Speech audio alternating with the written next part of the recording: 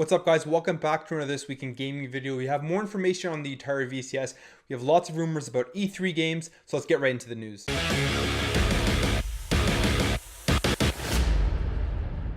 So we now have more information on the Atari VCS. It's that retro style Atari console that was funded by Indiegogo, and we know that it will now be taking pre-orders on May 30th, but the console won't be shipped out until 2019. There will be two versions of the Atari VCS for pre-order, and it will be the one that we've seen in all the pictures, which is the version with that faux wood paneling on the front.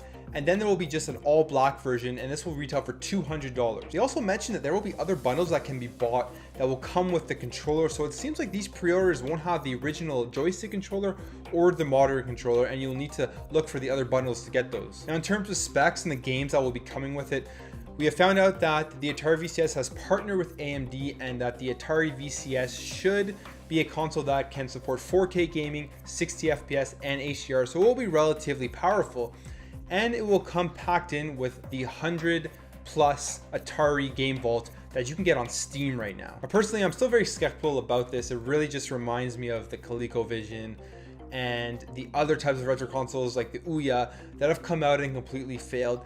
It's for $200. I mean, if it's a 4K device with at 60 FPS and HDR for $200, honestly, that doesn't sound too bad, but it's useless if it's only being used for Atari games. They have said that they will be looking to play modern games on it, but we have no information on what these modern games will be, and I'm not going to believe it until I see them showing off modern games on the console in 60 FPS, in 4K, and in HDR. Let me know in the comments below if you're excited for this console, if you're going to pre-order it, and if you have any interest in the Atari VCS at all. So Season 4's Battle Pass for Fortnite is now available, and we have lots of information of what we are getting with it.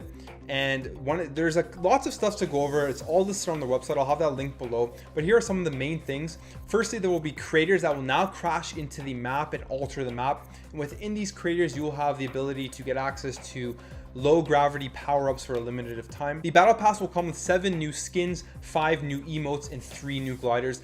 Like I said, the Fortnite page where they list the patch notes has everything included with this new battle pass and with season 4. So if you want to check it all out, head over to that page. So as we get closer and closer to E3, we will be getting more and more information about the games you're going to see. Well, we got information about 2 big games, or 2 big developers, and the games that they will be bringing to E3. And the first one is from Capcom. Now they listed the games that they will be showing off at E3, and one of the games that they listed was an unnamed action adventure game for the Nintendo Switch. So it sounds like from this, it will be a brand new IP for the Nintendo Switch, and it probably won't be something that they've already released on another console, like let's say a Monster Hunter or a Resident Evil. So I'm extremely excited to see exactly what they will be bringing to E3, and I really hope that it is a brand new game and not a remake or a remaster of something old. Another big game I'm really excited to see is CD Projekt Red's RPG that they will be bringing to E3. And if you put 2 and 2 together, they are working on a large sci-fi RPG open world called Cyberpunk 2077. Now this is based off of the Cyberpunk 2020 tabletop game, and they've shown a teaser trailer for it, but they haven't really shown too much or talked too much about it other than that. So I'm really excited to hear more about this game, to see more of this game, and I really hope that it is going to be amazing when they show it off. These are the same developers that made The Witcher, and this game that they are making is set to be even bigger than The Witcher, which is crazy to think about, but I'm really excited to see it at E3. As we know, Battle Royale games are all the rage today. Everybody is playing them. And Phil Spencer from Microsoft tweeted out that Microsoft won't just make a Battle Royale game for the fun of it because everyone is enjoying them, everybody is playing them. They will rather invest in Battle Royale games that are already out, that already are established. And here's a tweet that exactly what he had to say. Millions are playing BR games right now. I don't want to just build one because others have built them. FNBR is massive. PUBG is huge. New BR variants being built by some very quality devs I'd rather support unless we find something special in 1P. That's a different take. Now personally, I'm happy to hear this for 2 reasons. One, I haven't really gotten into the Battle Royale genre yet, and it could be because I haven't really given them too much of a try. I've played Fortnite, I haven't played PUBG yet, and I just don't have that. I don't know what it is with it, but maybe because I'm not very good at it, but Fortnite, I don't have the best time playing it, so I haven't just really gone too much into that game. But I know they are really fun games and a lot of people enjoy them, so it's probably more me than it is the game. But at the same time, I'm happy to see that a huge company like Microsoft isn't just going to jump on the bandwagon and make some Battle Royale game that isn't very good just because everybody is playing them. Now, if they add Battle Royale games into other games that are full with a complete campaign and all the multiplayer modes you could ask for, To me, that's awesome. So like, for example, Call of Duty is said to be making a battle royale game in their game, which I think is a great idea. The fact that it doesn't have a single player campaign to me, however, sucks. So I don't want to see developers taking out game modes in place of battle royale game modes. I'd rather see them just add them in as additional game modes. But like I said, I'm happy to see that Microsoft is on kind of the same wavelength as me, and I'm happy to see that they want to be making a game just because everybody is playing. Capcom is teaming up with IM8bit, and they are creating 2 collectible Mega Man cartridges. Firstly, Mega Man 2 for the Nintendo Entertainment System and Mega Man X for the Super Nintendo. These are limited editions. There will only be 8,500 of both versions that will be out to the public, and they will come in 2 forms. There will be the regular one with the opaque coloring on the cartridge itself, and then there will be 1 in 8 for each version will be a translucent blue card that glows in the dark, and there will only be 1,000 of these cards for each game. Now, IM8bit says that they have no idea who will be getting these cards. They don't even know where the blue one, which packages the blue ones will be in.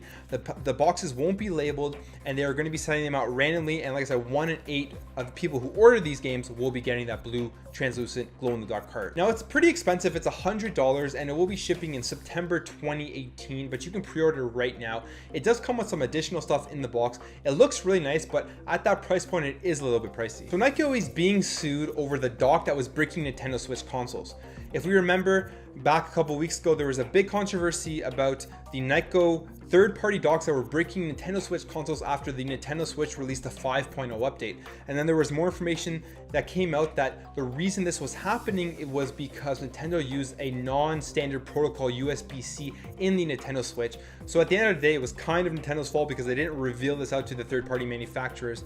But now a customer is suing Nyko over the fact that their Nintendo Switch brick. Now the customer that is suing Nyko is Michael Skiathitis, and here's a little excerpt from his claim as to the reasoning why he is suing Nyko. Unbeknownst to consumers, the Nyko portable docking kits for Nintendo Switch are prone to causing numerous problems to the devices that they are intended to support. Now, in my opinion, and I could be wrong on this, but it seems like this problem really isn't Nyko's fault. It is more Nintendo's fault because Nintendo didn't reveal to these third-party manufacturers that the Nintendo Switch had a non-protocol USB-C in it, and these third-party manufacturers were creating docks that they presumed would work perfectly fine with a USB-C in the Nintendo Switch.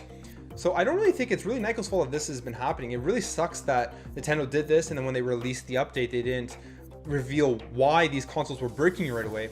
But it's come down to a customer now suing Nyko, and I'm really interested to see how this will turn out, if Nyko will win or if this customer will win this suit. Back on April 12th, Nintendo filed a very interesting patent where it took 2 screens and they interacted with each other. Here's an excerpt from that patent. Plurality of information processing apparatus that are capable of communicating with each other. Now basically what that means is that it's 2 screens, they interact with each other, so something that happens on one screen will reflect on another screen. And they filed for this patent, and it looks like it's another really interesting, innovative idea that Nintendo is trying to come up with. It seems like it would work perfectly with the Nintendo Switch because of the fact that obviously it's a portable handheld console and you could easily get 2 screens together to work together. So it'll be really interesting to see if Nintendo does anything with this patent, because as we know, patents are followed all the time and a lot of them aren't even used. But right now the Nintendo Switch is selling so well. Nintendo Labo has come out and it has a really good reception. So I don't even see why they would need to bring out something like this right now or in anytime soon. But I'm going to keep my eye out on this patent to see what happens down the line. So that's your news. If you enjoyed this video, make sure to hit that thumbs up button, subscribe if you're new to this channel, leave a comment down below about any of the things I talked about, and I'll catch you in the next video.